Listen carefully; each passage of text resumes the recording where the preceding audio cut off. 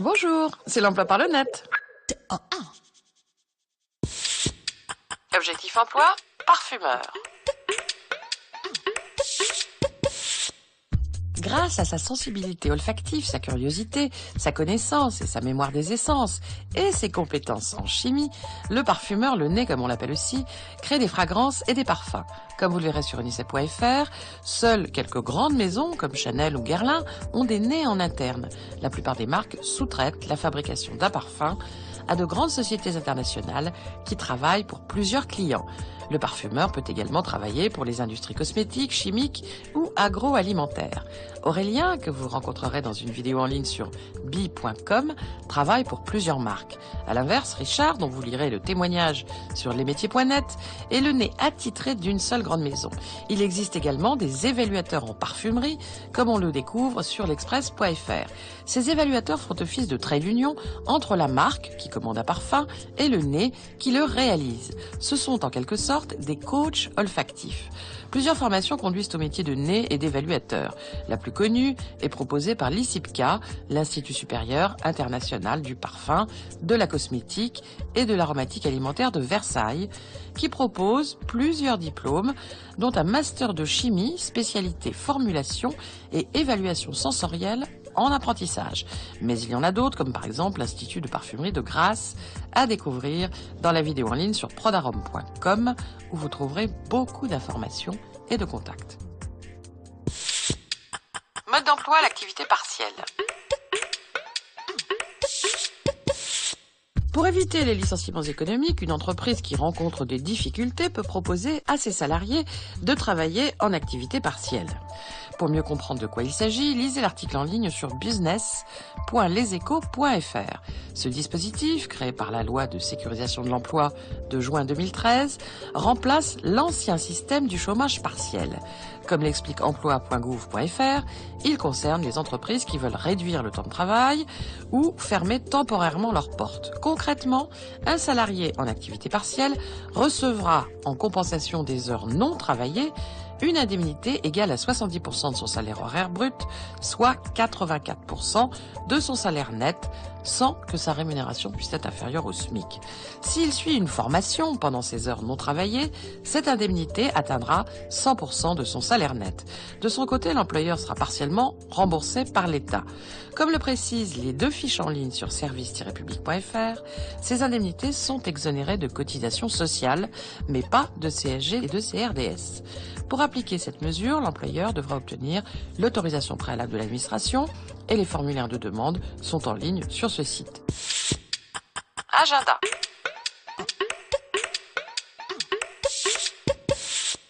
Si vous recherchez un emploi à Cannes, ne passez pas à côté de la quinzaine de l'emploi.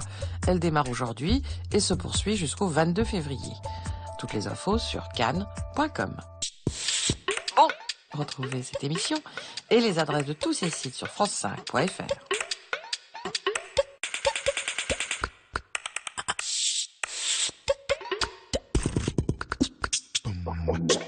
Bonjour, c'est l'emploi par le net. Objectif emploi, agent d'escale. Accueillir et assister les passagers, les informer sur leur vol, enregistrer leurs bagages, procéder à l'embarquement en temps et en heure, tout en restant parfaitement calme et souriant, telle est la mission de l'agent d'escale. C'est le métier qu'a choisi Giuseppina, que vous rencontrerez dans une vidéo en ligne sur lesmétiers.net. Pour exercer ce métier, il faut avoir au moins 21 ans, être titulaire du bac, du permis B, avoir un casier judiciaire vierge, maîtriser l'anglais et si possible une deuxième langue. Lisez à ce sujet la fiche en ligne sur jcomjeune.com. Une première expérience dans un métier de service, comme l'hôtellerie, la restauration ou la vente, est un plus. Un BTS tourisme est également très bien vu. Il existe enfin une mention complémentaire que l'on peut préparer en un an à l'ESMA, l'école supérieure des métiers de l'aviation, ou au centre de formation en apprentissage des métiers de l'aérien. Allez sur esma.fr et sur cfa-de-l'aérien.fr pour en savoir plus. Pour découvrir plus largement le secteur de l'aéroportuaire, embarquez sur airemploi.org. Vous y croiserez Sonia dans une vidéo en ligne et vous y dénicherez des liens vers les aéroports et les compagnies aériennes pour adresser vos candidatures à la bonne adresse. Mode d'emploi, l'indemnité de licenciement. Tout salarié licencié, comptant au moins 1 an d'ancienneté dans l'entreprise, a droit à une indemnité légale de licenciement, sauf en cas de faute grave ou de faute lourde. Comme on vous l'explique sur travail-emploi.gouv.fr, le montant de cette indemnité va dépendre du salaire de référence de l'employé et de son ancienneté dans l'entreprise. L'indemnité doit être au moins égale à 1/5 de mois de salaire par année d'ancienneté. À partir de 10 ans d'ancienneté, on ajoute 2/15 de mois par année supplémentaire. Comme vous le verrez sur service-public.fr, l'indemnité de licenciement est exonérée de cotisations sociales dans la limite de 75 096 € en 2014.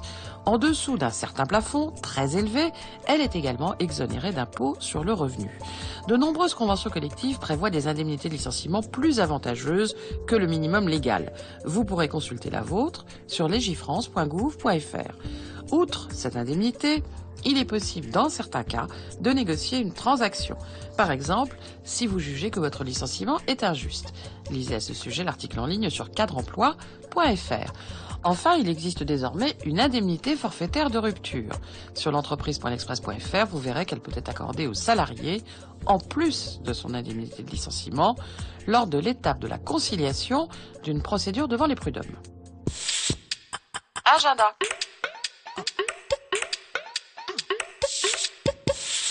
Le numérique a déjà créé 700 000 postes en France et ce n'est pas fini. Pour découvrir un secteur en plein essor, ses métiers, ses formations et décrocher un emploi, ne manquez pas les événements organisés en Haute-Normandie jusqu'au 21 février. Découvrez-les sur siteévénements.fr. Bon, retrouvez cette émission et les adresses de tous ces sites sur france5.fr.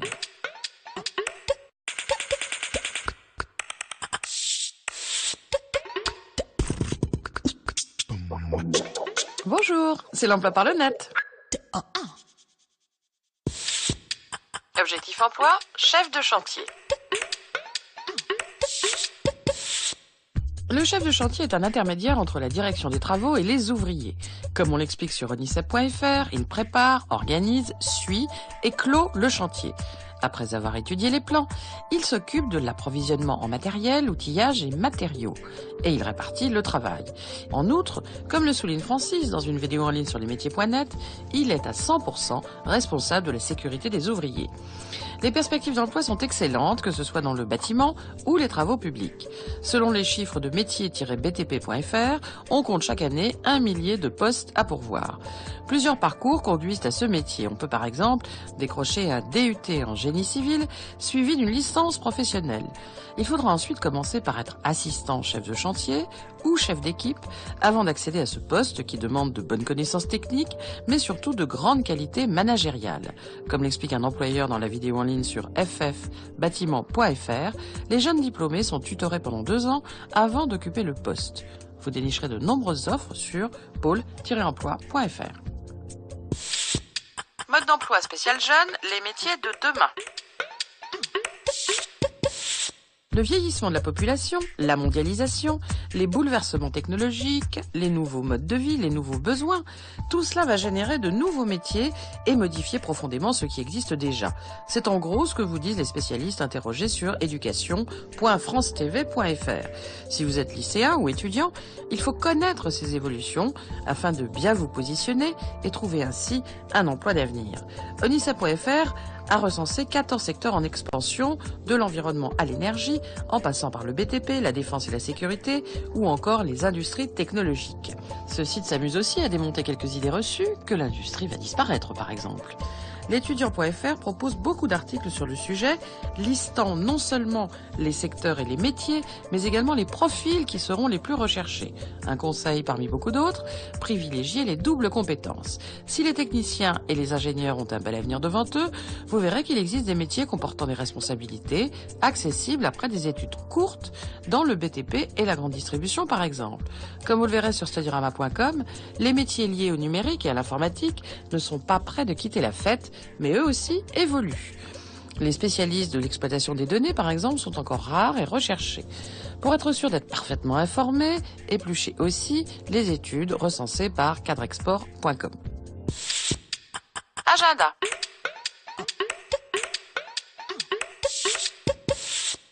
Plusieurs parcs éoliens vont ouvrir en mer d'ici 2015, au large des côtes normandes. Ces chantiers vont avoir besoin de toutes sortes de profils du CAP à l'ingénieur. Pour en savoir plus, ne manquez pas les forums des métiers de l'éolien. Ils vous attendent demain et après-demain à Fécamp et les 18 et 19 février au Havre. Toutes les infos sur forum-eol-avenir.fr. Bon, retrouvez cette émission et les adresses de tous ces sites sur france5.fr.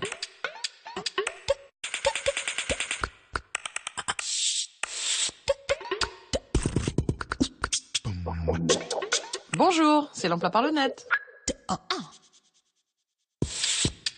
Objectif emploi, gestionnaire de paye. La paye fut longtemps l'apanage des comptables. Ce n'est plus le cas aujourd'hui, où cette fonction est assurée par des équipes et des personnes dédiées, les gestionnaires de paye. Comme vous le verrez sur dave-mac.fr, le gestionnaire de paye se tient à la croisée de la comptabilité et des ressources humaines. Il s'occupe de la préparation de la paye, des bulletins de paye, des déclarations sociales et des calculs de charges. Il doit connaître sur le bout des doigts la réglementation et les conventions collectives. Comme le rappelle unicef.fr, il s'occupe également des déclarations sociales lors des embauches, voire des contrats de travail, et en cas de départ d'un salarié, il calcule les indemnités et établit le solde de tout compte. Il met aussi en œuvre des outils de pilotage qui peuvent influer sur les décisions des ressources humaines.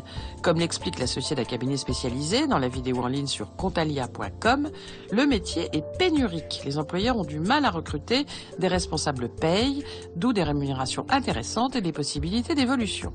On peut exercer ce métier en entreprise après une expérience de 2 ou 3 ans dans un cabinet spécialisé. Diplôme demandé, un bac+2 ou +3. L'AFPA, l'Association pour la formation professionnelle des adultes, propose une formation diplômante en 6 mois. Allez sur afpa.fr pour en savoir plus. Quant aux qualités, il faut être très rigoureux, très organisé, discret, avoir le goût des chiffres et un bon relationnel. C'est d'ailleurs ce que rappelle Pascaline dans une vidéo en ligne sur webtv.pôle-emploi.fr. Création d'activités, mode d'emploi, le commerce en ligne. Pas de fonds de commerce, une boutique ouverte 24 heures sur 24, 7 jours sur 7, des clients partout dans le monde, des coûts de communication réduits, il n'y a que des avantages à ouvrir une boutique de e-commerce. Mais attention, la concurrence est rude sur Internet, tant il est facile d'y comparer les prix. C'est ce que vous verrez sur commentsamarche.net, où l'on vous présente des solutions pour avancer et les points auxquels il faudra faire attention, de la gestion des stocks au service après-vente, du choix de vos fournisseurs à la publicité. Le commerce en ligne est très encadré. Il est indispensable de bien connaître la réglementation et d'effectuer les formalités obligatoires. Allez sur apce.com et sur service-public.fr pour les découvrir. Ouvrir une boutique n'est pas le plus difficile.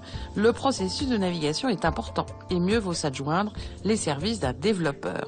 Enfin, il faut penser au web mobile. Lisez à ce sujet l'article en ligne sur l'entreprise.l'express.fr. Pour aller plus loin, mieux connaître les possibilités et les contraintes du e-commerce, y compris sur mobile, explorez fevad.com. Agenda.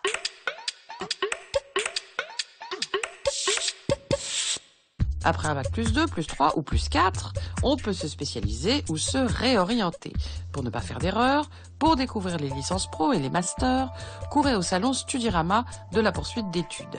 Il vous attend après-demain, samedi, à Lyon. Toutes les infos sur studirama.com. Bon, retrouvez cette émission et les adresses de tous ces sites sur france5.fr.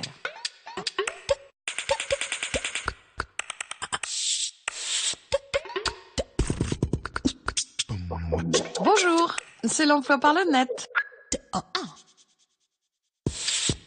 Objectif emploi, conducteur de métro.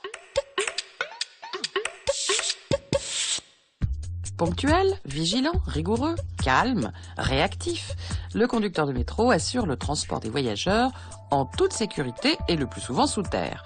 Comme vous le verrez sur unicef.fr, il s'assure du bon fonctionnement des commandes de son train avant chaque prise de service. Il roule en conduite manuelle ou en pilotage automatique en respectant scrupuleusement la signalisation et les consignes de sécurité.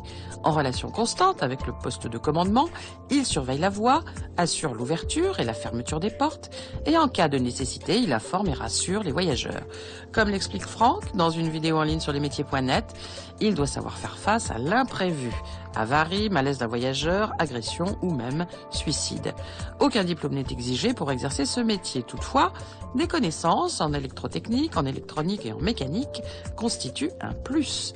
Dans plusieurs grandes villes, la conduite du métro est désormais automatisée, mais ce n'est pas le cas à Paris, où la RATP, qui doit faire face à une vague de départs en retraite, recrute toujours des conducteurs. Elle les forme elle-même en 3 mois, comme vous le verrez sur ratp.fr, où vous trouverez une présentation du processus de recrutement et d'intégration. Enfin, si le monde des transports publics vous intéresse, promenez-vous sur utp.fr. Mode d'emploi, travailler au Paraguay. Au cœur de l'Amérique du Sud, bordé par le Brésil, l'Argentine et la Bolivie, le Paraguay est un pays encore peu développé où les inégalités sont fortes. Quelques 1500 Français y sont installés, essentiellement dans la capitale, Asunción en espagnol, comme vous le verrez sur mfe.org. Grâce à ces très grands barrages, le Paraguay est un gros producteur d'électricité. Les télécommunications sont en plein développement, le BTP, les constructions mécaniques, l'agroalimentaire sont bien présents, mais le pays est resté très agricole. On y cultive du soja, du coton, des céréales et l'on y pratique l'élevage bovin. Sa croissance économique, 11% en 2013, comme vous le lirez sur trésor.économie.gouv.fr, ne doit pas faire illusion. Elle dépend étroitement des prix des matières premières agricoles et des conditions météo. Il est très difficile de trouver un emploi local et indispensable de parler espagnol. Si vous envisagez de travailler au Paraguay, mieux vaut contacter les entreprises françaises qui y sont implantées. Lisez à ce sujet l'article en ligne sur diplomatie.gouv.fr. Pour vous informer sur la vie dans le pays, échanger avec les francophones qui y vivent, promenez-vous sur le forum d'expat-blog.com. Agenda.